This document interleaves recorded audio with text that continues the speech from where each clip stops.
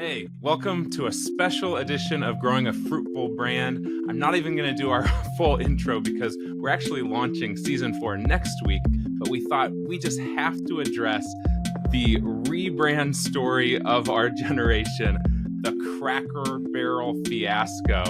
And I know that this is kind of an attempted rebrand because the news just came out today. They're actually going back to the old branding. But Raj and I were just chatting and like, hey, we need to just share our own hot takes and also see if there's anything that we can learn about rebranding for our own companies. So Raj, do you wanna kick us off? I mean, it's so rare that we get graphic design emergencies that we have to respond to in the moment. There's that meme where it's like the picture of a dad and his son on the plane going like, "Oh, it's funny how they never ask, is there a graphic designer on the plane?" You know, That's right. This is we the actually first have time. a graphic design emergency. The bat I signal was has gone getting up. like texts from people like, "What are your thoughts on this? Is this a good rebrand?" And my dad texted me and he's like, "What are your thoughts on this?" And it's just like, wow, I just never felt so important in all my life. I love how serious your tone gets when it's like a text from dad. That's what are your It's like, thoughts I'm in on trouble. this? What did I do? What did I do? Dad, I didn't do this one. Is this your I work? didn't do this one. I think that's I do get because that sometimes. My parents are like, did you do this branding? I'm like, do you like it? I think that's because, you know, as someone who's formerly homeschooled, your dad was also your principal. Like That you is were totally being true. called into the principal's office. So your principal Dude, texts you for the rest of your life. That could be a whole nother episode. But yes, my dad totally was the principal. And when it escalated to that level, like, yeah, think people were in trouble. Well, so okay, here's the thing. I feel like I came late to this Cracker Barrel thing. Which is amazing. I wish I came late to this. I feel like this has been everything in my feed for like a week and a half. So yeah, a friend of mine, Wes Gay, he posted a few days ago, kind of vaguely about that thing with that company with the rebrand and how it went bad and people are mad and so I was like, what is this? And so I started to sort of vaguely search like who rebranded, who's mad about it, but then I got distracted by other things, whatever, and so I never figured out until the first thing that I actually saw about it was that Cracker Barrel had changed their logo, and then you know, people got mad about it, and the president weighed in, and then they changed it back. That's what I knew about it from the beginning. I learned the whole story in one moment, which was bizarre. And now I will say I did know that they were changing the stores and that people were upset about that because that people felt like they were kind of genericizing the store, that they felt more like chain restaurants, which is hilarious to me, by the way, just to start before we say anything else, is it's like, you made our chain restaurant too much like a chain restaurant. I think is maybe the funniest, you know, customer sentiment I've heard in a long time. But that said, I feel like I'm has brand new a to personal vendetta against Cracker Barrel that will probably get uncovered throughout this episode. You know what's funny about that actually is, I mean, just to air all of my dirty laundry here, there was a while where you know how it is in families where the person whose birthday it is gets to pick the restaurant, and for me, for the longest time, I don't remember which member of our family it was. I have a suspicion of who it was, but just loved picking Cracker Barrel.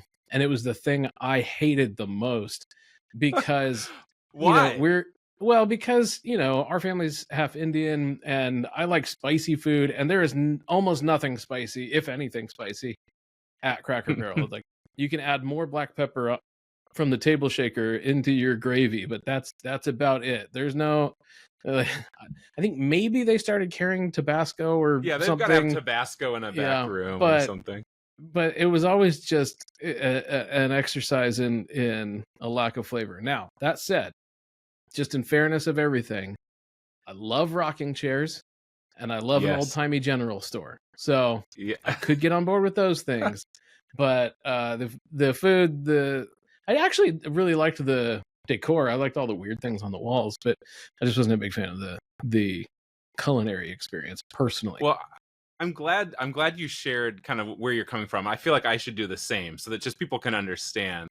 You know, probably the biggest surprise in this whole rebrand conundrum that is like dominating our feeds is I just didn't know Cracker Barrel was that big of a deal.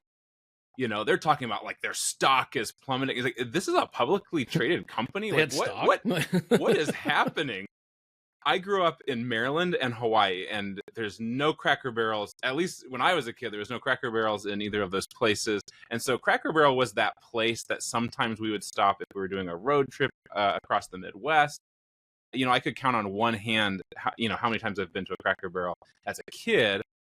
And then there's a couple times I made bad choices as an adult and ended up there. But I'm kind of with you, Raj. I think that the general store part of it is like the best, and that the kitschy decor. Like I know like the little game on the table too with the the game pegs. on the table. Yes, that is like the best part of it. So actually, what I texted my dad was I had seen a picture or two of the interior of the stores of the restaurants being proposed, and that was the part that actually stressed me out the most. Now, I've seen other pictures and video that don't look quite so bad. Some of the panels they're painting white so it doesn't look so dark or something. There's still stuff on the walls, but yeah, I think like that feeling of, you know, old-timey American vintage nostalgia, I generally like and have a positive, you know, affinity for, and I think it is unique for this store or this restaurant among it, you know, its competitors. And so Applebee's used to have like local sports team memorabilia, like the local high schools and that kind of stuff, as well as like some old-timey baseball bats and that kind of thing. But yeah, it was unique, and still is. I mean, what other store can you go to where you can shop while you wait for your table and get some fun stuff? Like as a kid, those little toys, like you can't really find them other places. It was like the stuff that my grandma would get us from flea markets and those kinds of things. And so it does have this nostalgia to it, this kind of rural, small town, quaintness to it, that as much as I wasn't necessarily like, man, I really need to get some underseasoned mashed potatoes or something from there, then I at least did appreciate the things that were different about it. Yeah, and I will say, like, I think my better experiences in the food department were more like dinner or lunchtime, because for breakfast I felt like everything was grits, and I'm just not a grits guy, and so I was like, where's like the the skillet or the hash browns? Maybe they have all this stuff now, and I just, it's been a while. Well, and you just lost our entire southern audience. That's right. They're gone. No, hopefully they're gonna get all, make us go viral, and maybe a bad way, but that's, bad attention's good too sometimes. But yeah, so anyways, that's kind of like the lay of the land when it comes to both of our experience with this brand. So Raj, I'm just kind of curious, you're coming in a little bit late. This is already not a story, right? It's already going back to the previous one, kind of. Obviously, lots of political things going on behind the scenes, and when presidents weigh in on rebrands, I feel like whenever it gets to that level with any of our rebrands, Raj, I always feel like someone's in trouble. So, but what's your take on the proposed rebrand and kind of like what's behind that? Yeah, I mean, it's interesting. I feel like, I know you don't want to get terribly political on here, and I don't either, but what I do want to point out is how quickly we've become accustomed to this style of presidency, in the sense that a president even would weigh in. I remember the closest thing that I can think of that compares to it is when President Obama called Kanye an idiot. Is some version of that. He used a word I'm not going to use on the podcast here, but I think it was Kanye on Twitter, or was it in an interview? No, it was like he did it out loud. It was a kind of a throwaway comment in an interview.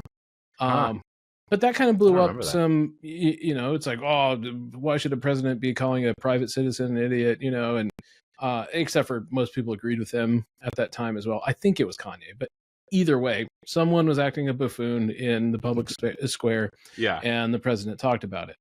And it's not to say that presidents can't have opinions and that kind of thing, but the idea that a president even should have an opinion about this is very strange.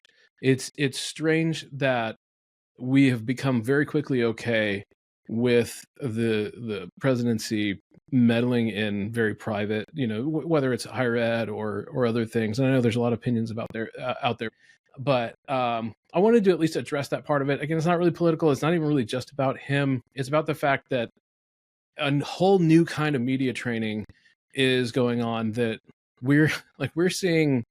It'd be important that a president would know how to respond to these kinds of things, whether or not they even should. And we're changing in that way. So I think that's worth just noting in general. I don't think that that's a factor that most companies should pay any attention to when they rebrand, because most companies will not catch the attention of that many people. And I will say, probably more of us have visited Cracker Barrel's website in the last week than in the last 20 years. So I'm not even sure this is all that bad for them. No, probably not. That's how these things can kind of work. And I will say, again, I don't want to go down the full political rabbit trail because I think a lot of this stuff is politically motivated.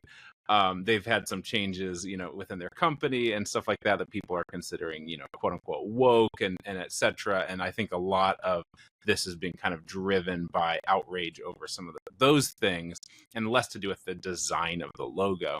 It's more like the design of the logo is emblematic of all these other changes.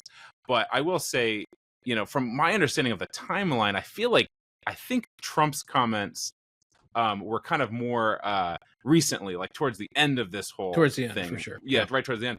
I think his son, Junior, I think he had some initial reaction right at the beginning that I think that may have gotten this, more eyes on it than maybe usually would have. So anyways, it's all in the family. But all that to say, it at least in my feeds, this has gotten to such a level that, like, if I was president, I probably would be addressing it too, because it just is so, but it is blown out of proportion. I would hope if I was the president, I'd be like, guys, let's just stop. All right. It's not worth it. The juice is not worth the squeeze. The grits are not worth the squeeze. I think that's the bigger issue for me, is that, the question we should always be asking if a president weighs in about something like this is like, don't you have anything better to be doing?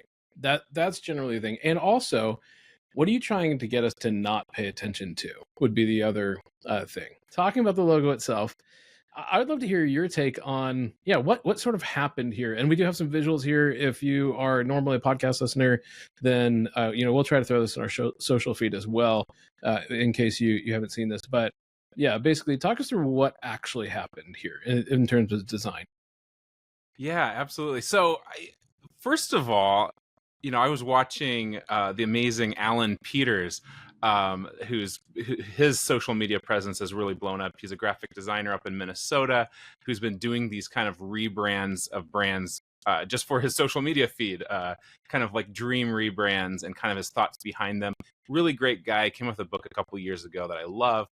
And he was actually asked to be on CNN to give his thoughts on it.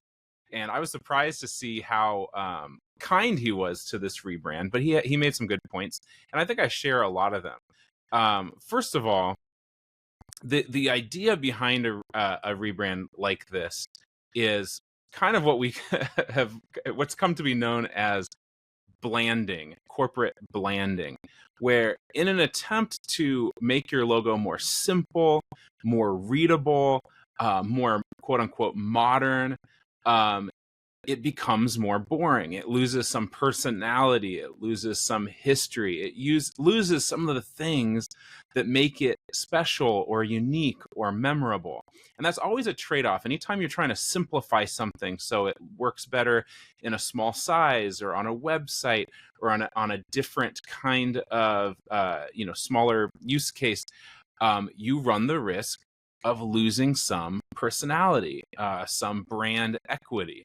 And so for a brand like Cracker Barrel that has this kind of old-timey charm and all this kind of detail and all of this kind of hand-hewn custom vibe to it, when you try to do that kind of corporate blanding to it, you run the risk of losing what makes it special. And so in general, what the designers were attempting to do here is something that's happening all over the place, and it's not always a bad thing.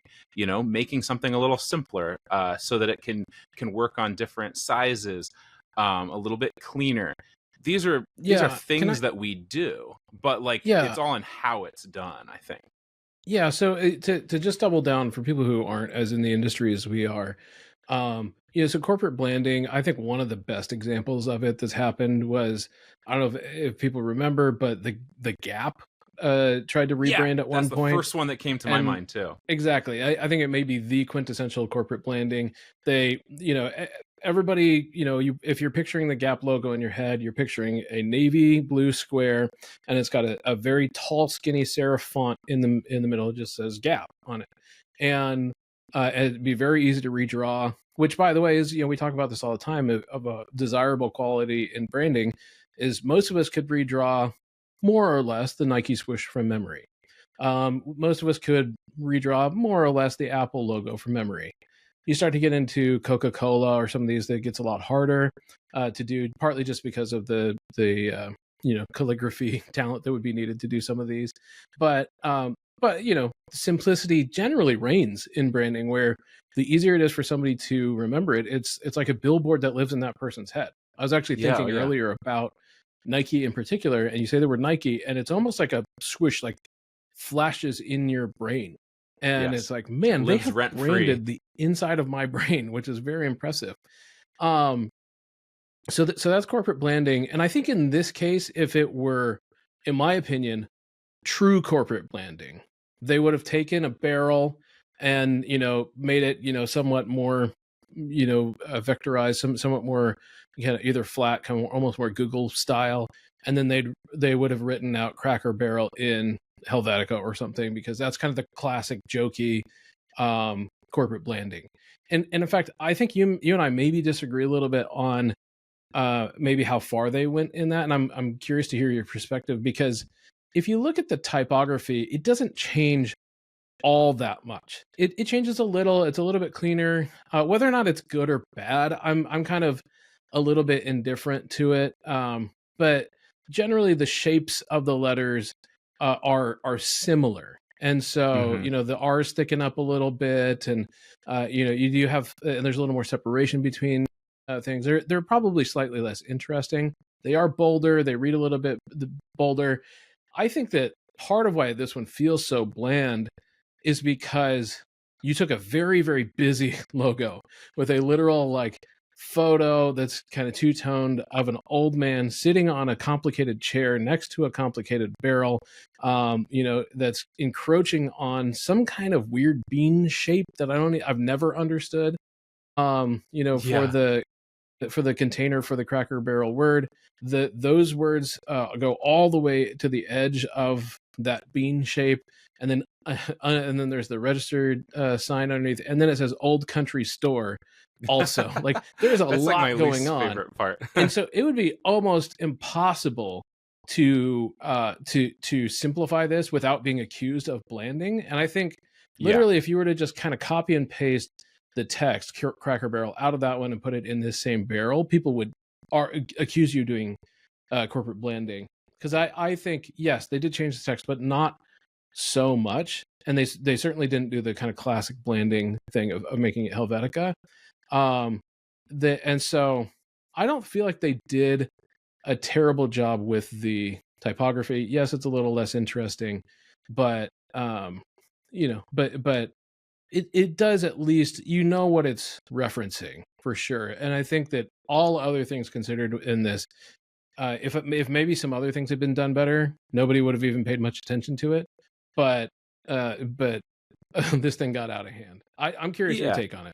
Yeah, so a couple things. I mean, again, I do think this is the kind of thing that companies are doing all the time, and if anything, this is one of the better ones. You know, 100%. Olive Garden did the very same thing not that long ago, and this is much better than that. What the end result there. We follow design websites that track these rebrands, and they're happening all the time. It's a lot of what we do is freshening up, modernizing, simplifying brands, and a lot of what they're doing here is actually really good. The contrast is a little bit better with their color scheme. One thing that I feel like is a little bit of a miss is, as you can see in the top right hand corner of this kind of bento box style of seeing someone's branding, this shape right here is the barrel shape that that Cracker Barrel, Yeah. that's in the new Cracker Barrel logo. I kind of missed that this like shape is supposed to be the barrel. Now I feel like there's a little bit too much negative space and stuff like that, but I think that was kind of a could have been clarified a little bit more. I don't think it was instantly clear that this was a barrel, because like you said, the shape that the previous logo was kind of encapsulated in, is that the cracker? I always kind of wondered what it's like. I showed that to my kids and like, oh, that's a cracker with the bite taken out of it. It was like totally clear to them. I'm like, I don't think that's what it was.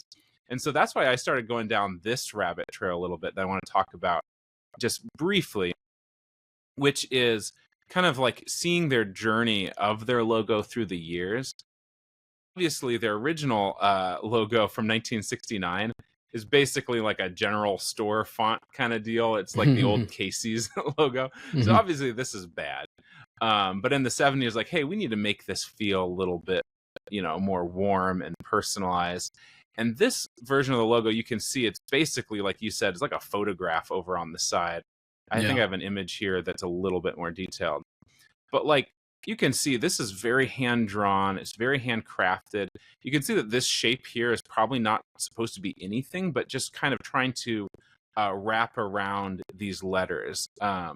One big difference that you see in this version of the logo that we lose in the later versions is it's a mix of uppercase and lowercase letters, which is actually one of my least favorite things in logos. I never noticed this before, but the R's are all uppercase mixed in with lowercase, which, again, is one of my least favorite things when I see this in modern logos. I will say this is like, maybe they get a pass because it's the old-timey hand-hewn charm. It's executed, I think, better than some are, but obviously there's a lot in this logo that just doesn't translate to a modern brand. Like a lot of things that they fixed in later versions of the logo, some of these little cutaways, these super super thin lines, even the level of detail and Uncle whatever I can't remember his name now.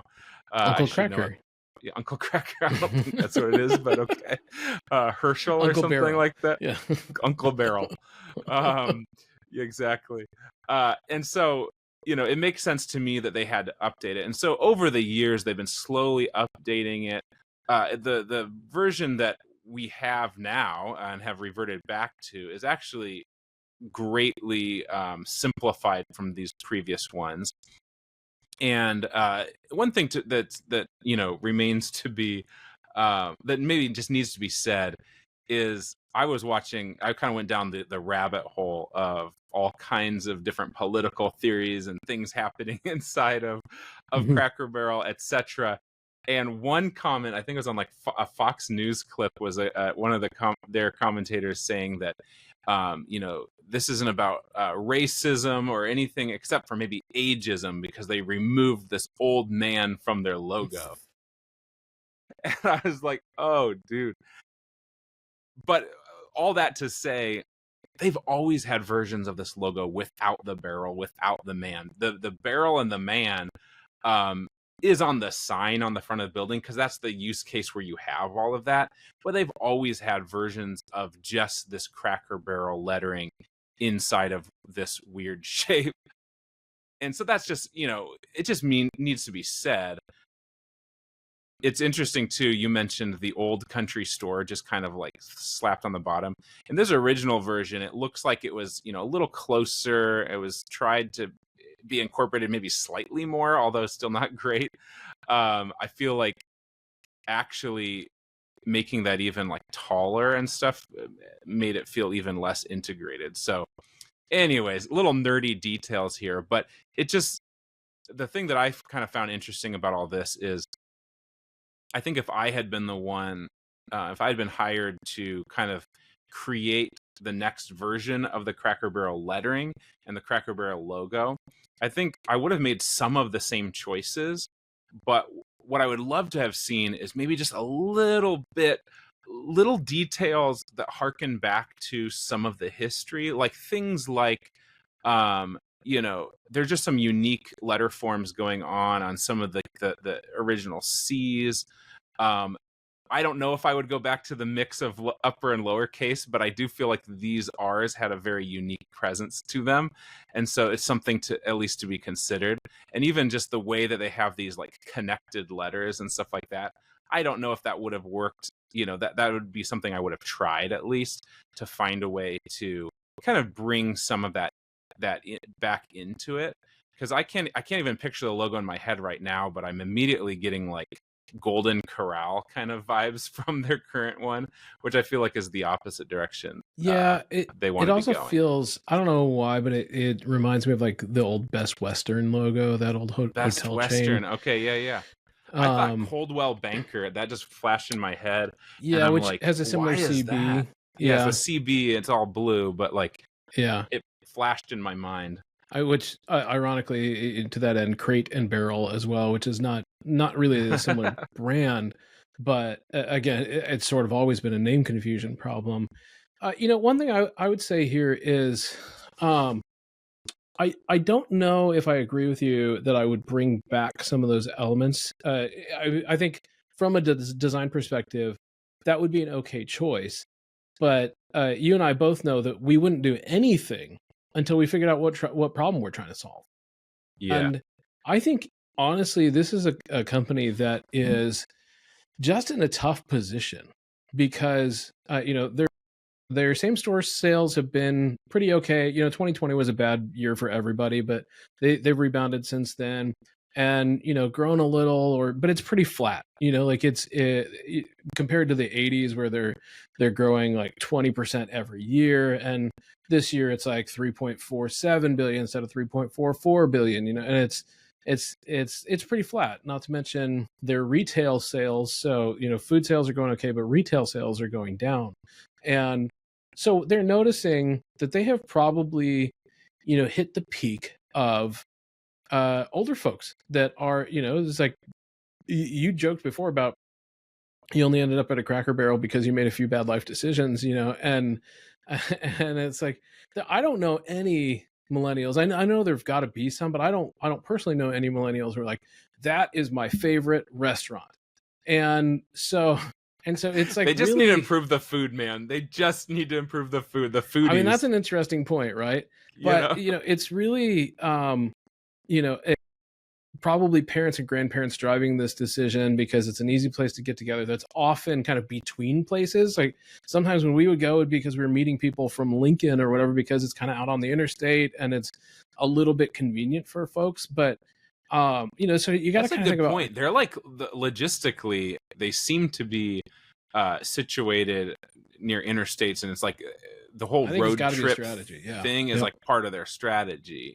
Yeah, exactly. And maybe people aren't doing the road trips the same way they used to. Yeah. So I think to say like what we would or wouldn't do from a design perspective really depends on what's the design brief. And if the design brief is our customer base is literally dying, like is aging out, and they're not going to restaurants anymore, whether they're alive or whether they're in long-term care or whatever it is, like they're just not our core customer anymore, and we got to figure out a way to get younger people in, or we're gonna decline over the years.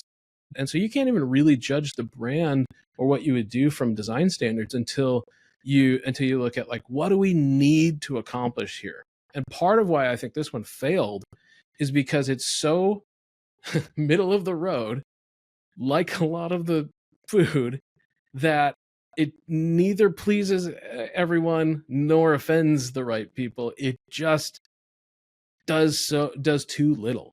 I think that's just a big part of the problem here. Well, and I think that's why I think blanding is a good term, because I mean, like the food, it's just kind of bland. Some of the redesigns of the interior of the stores or the restaurants were just kind of boring. You're just like taking away some of what makes it unique. And so, yeah, I don't know. I feel like obviously it's kind of a big, like, what if when it comes to this kind of stuff. We don't know what the brief was. We understand maybe some of their problems, but maybe not all of them, all of their demographics, all those kinds of things. But like, I think in general, like something that just for all of us to kind of keep in mind, all of us who have companies, who have brands, I would just, especially in this day and age where, AI is coming on the scene and able to, replicate things pretty darn well, etc. I think holding on to the what's good about our history, what makes us different and unique and human, is always going to win. And so that doesn't mean you have to hold on to every single thing from the past that's weighing you down. I want to be really clear about that. But that being said, I think that if there are good things that from our history, from our brand, that's worth preserving or worth revisiting, because we can do a whole nother episode about this, but like this is actually a very common thing lately of brands kind of reverting to previous logos, that were actually just better designed, or they're just simpler. So like Burger King is a big one. Pizza Hut did the same thing, and they have Pepsi's this nostalgia tied to them. Yeah. Pepsi. What did you say? Pepsi. Yeah. Yeah, Pepsi is the other one as well. And but it's not just oh, let's just go back to that because that's old and it's going to remind all the 30 and 40-year-olds of the logo they had when they were a kid, although that is a factor. Some of going back to those old logos is because at least in some of those cases, they were just better. They actually were more modern and simple and recognizable and differentiated in some ways. Yeah, and we actually got away from some of it. Yeah, I think that to a certain degree that's true with some of those, but and I think we have talked about this before privately, you and I. But I because I grew up with some of those logos, like I remember when that particular Burger King logo meant a floor or a restaurant with a sticky floor because people have been spilling soda and it hadn't been mopped up, and like kind of greasy countertops and tables that hadn't been wiped down. You went to the wrong Burger King, man. old furniture. All my good memories. I think that like those logos work now because it's been long enough since we've had them, that we only remember the good and none of the bad. I remember the birthday parties that you used to be able to have at Burger King with the balloons and the crowns and that kind of stuff. Yeah. And and so that nostalgia works now, but I think that the reason to move away from that at the time was really valid, because everything that didn't look more modern, look more digital, look more kind of flat and bold and designed, it felt like you were going to get E. coli or whatever there. And now like I said, it's been long enough that it feels bold to make that decision again. I don't fault them for going more modern with their branding, and I also don't fault them for going backwards with it. I think that each move was appropriate along the way, and that it's only a matter of kind of current eyes that look at the 2005 Burger King logo and go, "Ugh, that's so 2005." Well, it's like, yeah, they were due for a change, but at the time it was hot. It was like really good. Yeah, exactly. Well, and that's the interesting thing about a brand, about a visual branding, that to keep in mind is, it's an evolving thing. Even when I'm making a logo and I'm making a brand scape and a brand book for a company, like, I know that it's not going to last forever. It's going to be changed and altered over time, because of factors that we don't even know about, let alone just like needing to stay fresh, needing to, you move into a house and you love it and it's perfect and it's your favorite house.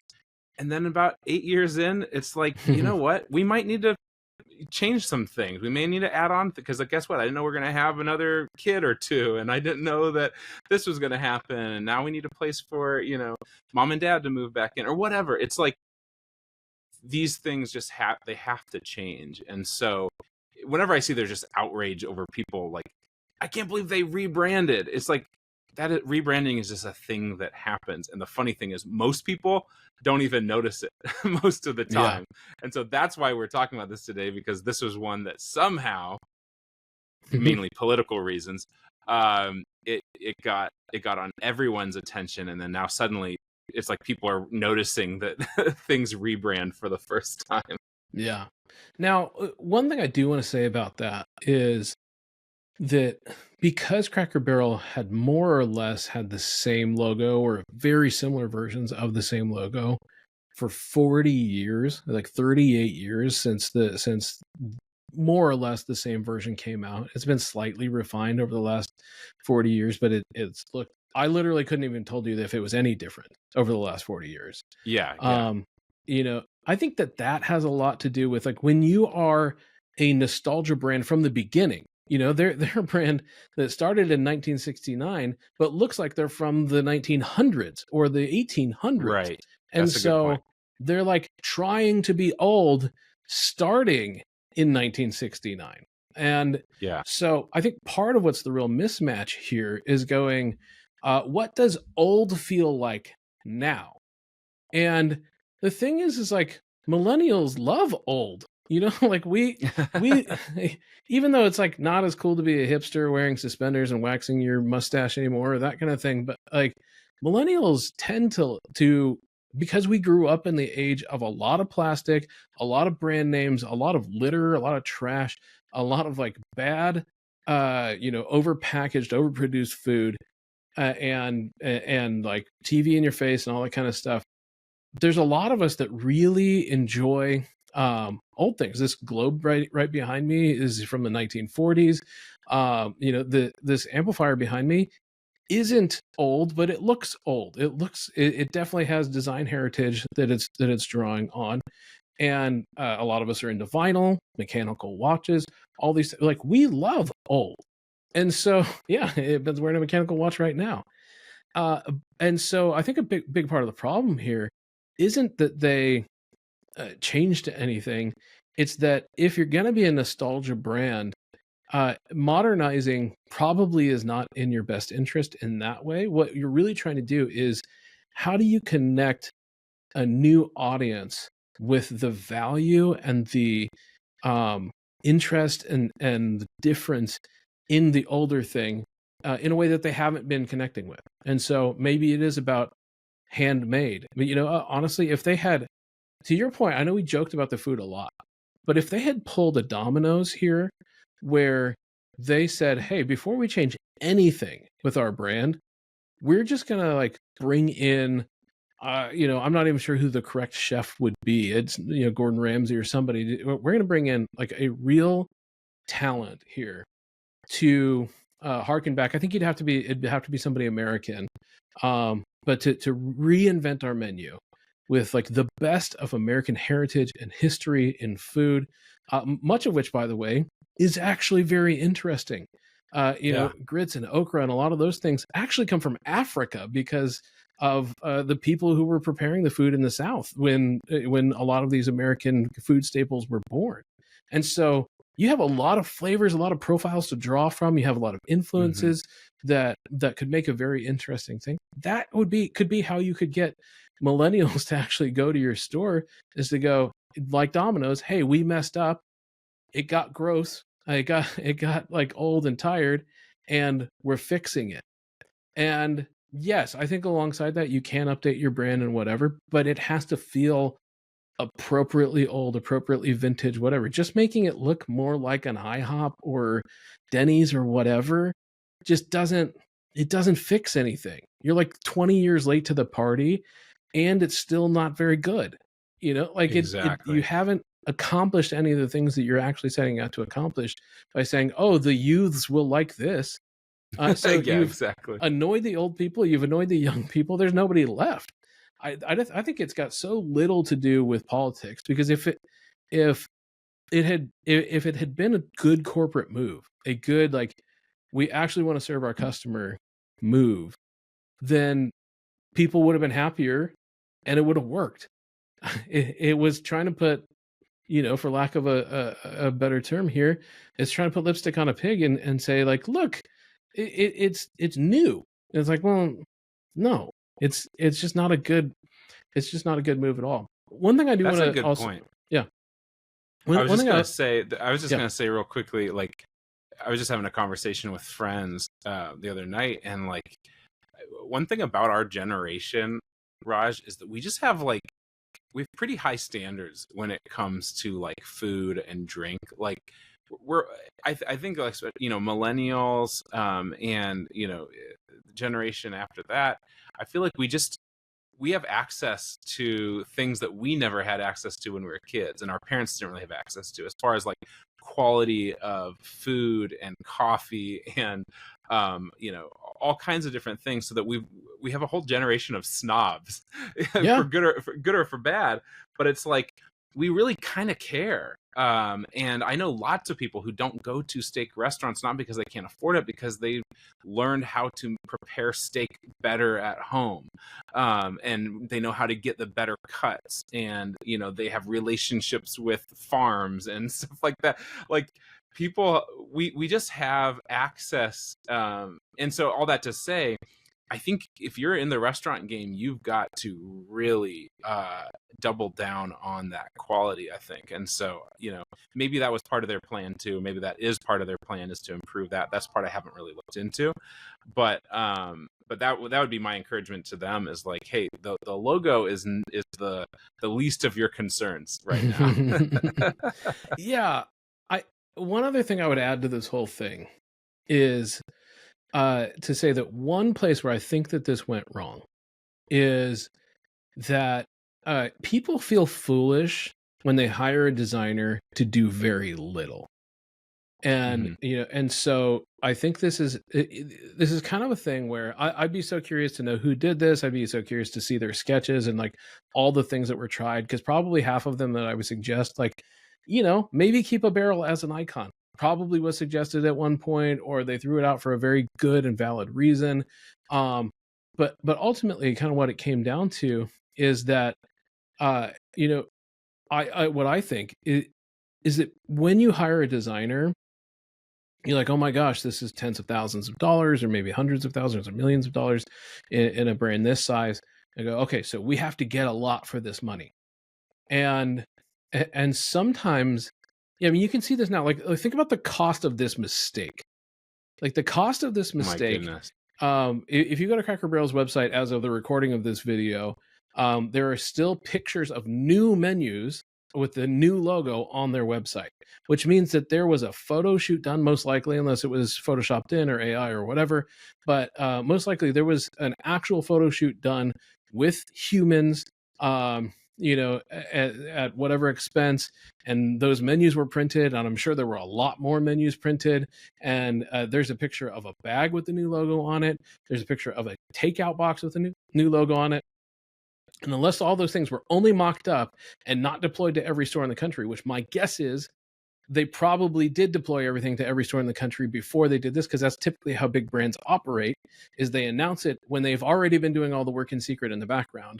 So they probably printed millions of boxes, millions of bags, millions of menus. They did photo shoots and video and everything to do this.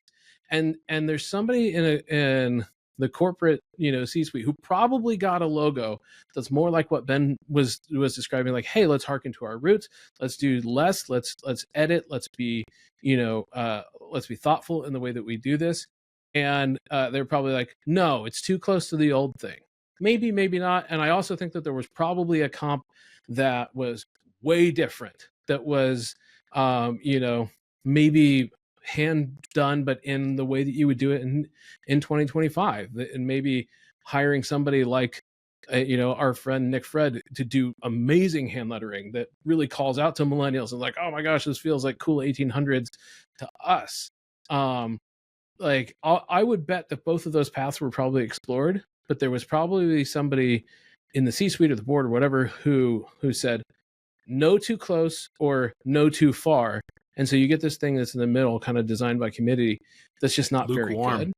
Yeah. And what I would encourage you to do as a business leader is to know that sometimes all you're asking a designer or a strategist to do is help confirm the path that you're going on, because or to help you see that you're not even trying to solve the right problem. Like, hey guys, this lunch menu that we're talking about, this logo, or this lunch meeting that we're talking about, this logo, that's the problem. It's the lunch, not the menu, not the logo.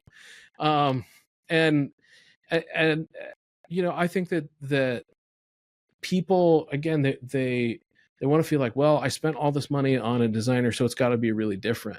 We know professionals in this industry, Ben and I do, who just come in to fix the smallest of lettering details, and they get paid tens of thousands of dollars by major brands, and it makes it better, and the audience can almost never tell you why, but it is better. And it's a little bit more memorable, and it's a little bit more friendly or usable or aggressive or whatever it needs to be. And because there are real craftsmen, there's real craftspeople who do amazing work at this, but it's usually nuanced and subtle, and those people are absolutely worth their money. And sometimes we have to have the bravery to do less.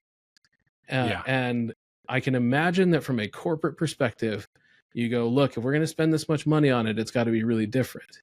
And you got different. I can say that. I mean, the letters aren't all that different, but you got some different interior design, and you got a different logo, but you missed the mark. And if the cost is millions and in boxes and bags and menus and all that kind of stuff, versus spending $50,000 or $100,000 and going, the R's are a little bit nicer. You actually make money. You save money if you don't break it in the process. So sometimes doing less is more. No, it's a good word, Raj. Well, thanks so much for hopping on. We had to react to this. We're going to be starting season 4 of Growing a Fruitful Brand next week. But we had to do this little special episode while the topic was still hot. And be curious to know everyone's thoughts. If there's any other branding designers out there that have different opinions of us, we'd love to hear them. Feel free to drop those in the comments. But until next time, grow something good. Thanks for joining us today on Growing a Fruitful Brand. If you found today's show helpful, don't forget to subscribe and consider sharing it with someone who might also enjoy it. If you'd like to work with Fruitful on a branding, website, or messaging project of your own, you can always reach out on our website, fruitful.design. But until next time, don't forget to grow something good.